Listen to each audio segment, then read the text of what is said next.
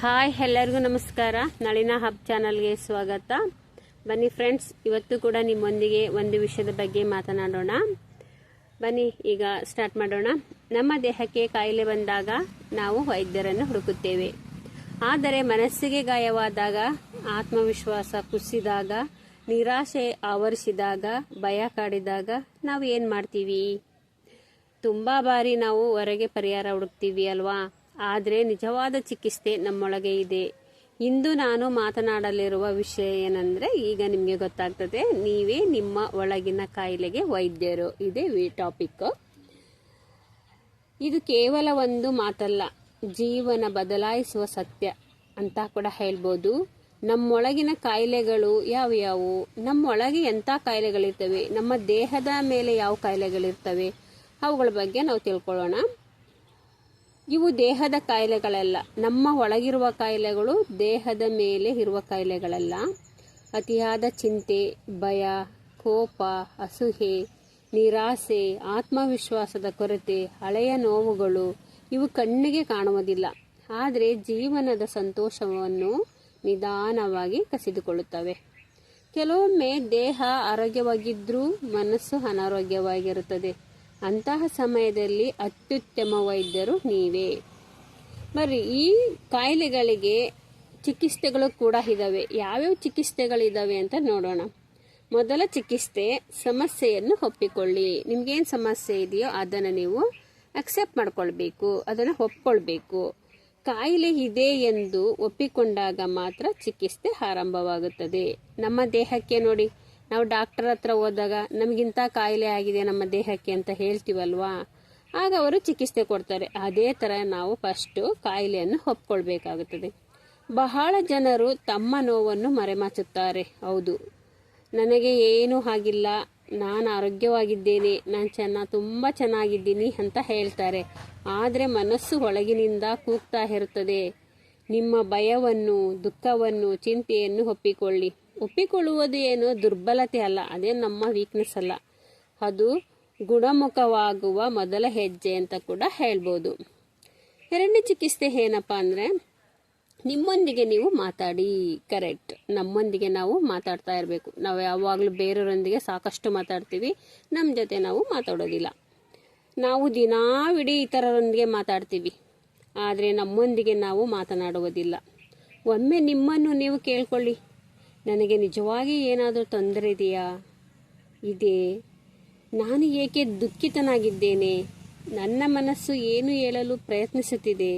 ಈ ಪ್ರಶ್ನೆಗಳಿಗೆ ಪ್ರಾಮಾಣಿಕವಾಗಿ ಉತ್ತರ ಹುಡುಕಿ ನೋಡೋಣ. ನಿಮ್ಮೊಳಗಿನ ವೈದ್ಯರು ಎಚ್ಚರಗೊಳ್ತಾರೆ. ಯಾವಾಗ ಪ್ರಾಮಾಣಿಕವಾಗಿ ನಿಮ್ಮನ್ನೇ ನೀವು ಒಂದು ಪ್ರಶ್ನೆ ಮಾಡ್ಕೊಳ್ರಿ, ಉತ್ತರ ನಿಮಗೆ ಸಿಕ್ಕೇ ಸಿಗುತ್ತೆ. ಮೂರನೇ ಚಿಕಿತ್ಸೆ ಯಾವುದಪ್ಪ ಅಂದರೆ, ನಕಾರಾತ್ಮಕ ಆಲೋಚನೆಗಳನ್ನು ಬದಲಿಸಿ. ಅಂದರೆ ನೆಗೆಟಿವ್ ಥಿಂಕಿಂಗನ್ನು ನಾವು ಚೇಂಜ್ ಮಾಡ್ಕೋಬೇಕಾಗುತ್ತದೆ. ಮನಸ್ಸಿನ ಅನೇಕ ಕಾಯಿಲೆಗಳಿಗೆ ಕಾರಣ ನಮ್ಮ ಆಲೋಚನೆಗಳು. ಹೌದು, ನನ್ನಿಂದ ಹಾಗಲ್ಲ, ನಾನು ಸೋತವನು, ನಾನು ನತದೃಷ್ಟ, ನನ್ನ ಜೀವನ ತುಂಬ ಕಷ್ಟ.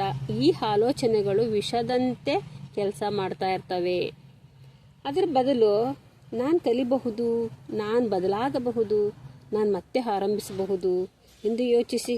ಮನಸ್ಸಿನ ಔಷಧಿ ಸಕಾರಾತ್ಮಕ ಆಲೋಚನೆಗಳು. ಹೌದು, ನಮಗೊಂದು ಮನಸ್ಸಿಗೆ ಔಷಧಿ ಅಂತ ಅಂದರೆ ಪಾಸಿಟಿವ್ ಥಿಂಕಿಂಗ್ ಮಾಡಬೇಕು. ನಾಲ್ಕನೇ ಚಿಕಿತ್ಸೆ ಯಾವುದಪ್ಪ ಅಂದರೆ, ಕ್ಷಮೆ.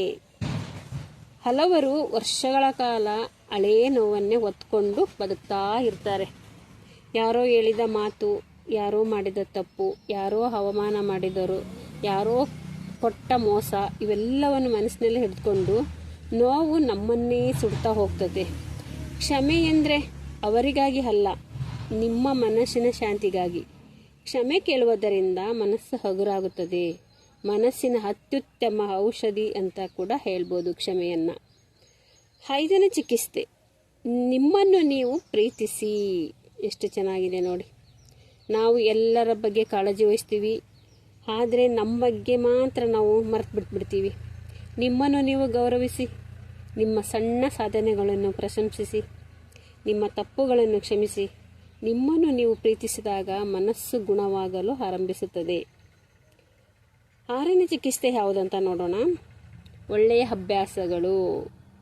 ಮನಸ್ಸಿನ ಆರೋಗ್ಯಕ್ಕೆ ಕೆಲವು ಅಭ್ಯಾಸಗಳು ಅತ್ಯಗತ್ಯ. ಬೆಳಗ್ಗೆ ಯಾವ್ಯಾವು ಅವು ಅಭ್ಯಾಸಗಳು ಅಂತ ನೋಡೋಣ. ಬೆಳಗ್ಗೆ ಬೇಗ ಹೇಳುವುದು, ವ್ಯಾಯಾಮ ಮಾಡುವುದು, ಧ್ಯಾನ ಮಾಡುವುದು, ಒಳ್ಳೆಯ ಪುಸ್ತಕಗಳನ್ನು ಓದುವುದು, ಪ್ರಕೃತಿಯ ಜೊತೆ ಸಮಯ ಕಳೆಯುವುದು. ಈ ಅಭ್ಯಾಸಗಳು ಮನಸ್ಸಿಗೆ ಹೊಸ ಶಾಂತಿಯನ್ನು, ಹೊಸ ಶಕ್ತಿಯನ್ನು ನೀಡುತ್ತವೆ. 7ನೇ ಚಿಕಿತ್ಸೆ ಯಾವುದಂತ ನೋಡೋಣ. ಹಿಂದಿನ ದಿನದಲ್ಲಿ ಬದುಕಿ, ಇವತ್ತು ಪ್ರೆಸೆಂಟಲ್ಲೇ ನಾವು ಬದುಕಬೇಕು. ಅನೇಕ ಜನರು ಭೂತಕಾಲದ ನೋವಿನಲ್ಲಿ ಅಥವಾ ಭವಿಷ್ಯದ ಭಯದಲ್ಲಿ ಬದುಕ್ತಾ ಇರ್ತಾರೆ. ಆದರೆ ಜೀವನ ಇರುವುದು ಇಂದಿನ ಕ್ಷಣದಲ್ಲಿ ಮಾತ್ರ. ಈ ಕ್ಷಣವನ್ನು ಆನಂದಿಸಿ, ಖುಷಿಪಡಿ. ಈ ದಿನವನ್ನು ಸಾರ್ಥಕವಾಗಿಸಿ. ಇದೇ ಮನಸ್ಸಿಗೆ ನೆಮ್ಮದಿ ನೀಡುವ ಮಾರ್ಗ ಅಂತ ಕೂಡ ಹೇಳ್ಬೋದು. ಒಂದು ಸಣ್ಣ ಕಥೆ ಹೇಳ್ತೀನಿ ಇಲ್ಲಿ. ಒಬ್ಬ ವ್ಯಕ್ತಿ ಪ್ರತಿದಿನ ತನ್ನ ದುಃಖದ ಬಗ್ಗೆ ದೂರು ಹೇಳ್ತಿದ್ದ. ಒಂದು ದಿನ ಒಬ್ಬ ಜ್ಞಾನಿ ಹತ್ರ ಹೋಗಿ ಕೇಳಿದ. ಜ್ಞಾನಿ ಕೇಳ್ದ ನನ್ನ ದಿನ ಹಿಂಗೆ ನನಗೆ ತುಂಬ ದುಃಖ ಇದೆ ಅಂತ. ಜ್ಞಾನಿ ಹೇಳ್ತಾ ಇದ್ದಾನೆ, ನೀನು ಪ್ರತಿದಿನ ಅದೇ ನೋವನ್ನು ನೆನಪಿಸಿಕೊಂಡು ಅದಕ್ಕೆ ನೀರು ಸುರಿಸುತ್ತಿದ್ದೀಯಾ, ಅಂದರೆ ನೀರಾಗ್ತಾ ಇದೀಯಾ, ಅದು ಹೇಗೆ ಒಣಗುತ್ತದೆ ಅಂತ ಹೇಳ್ದ. ಆಗ ಅವನಿಗೆ ಅರಿವಾಯಿತು, ಹೌದು, ನಾವು ಕೆಲವು ನೋವುಗಳಿಗೆ ಅದಕ್ಕೆ ನೀರು ಹಾಕ್ತಾನೆ ಇರ್ತೀವಿ.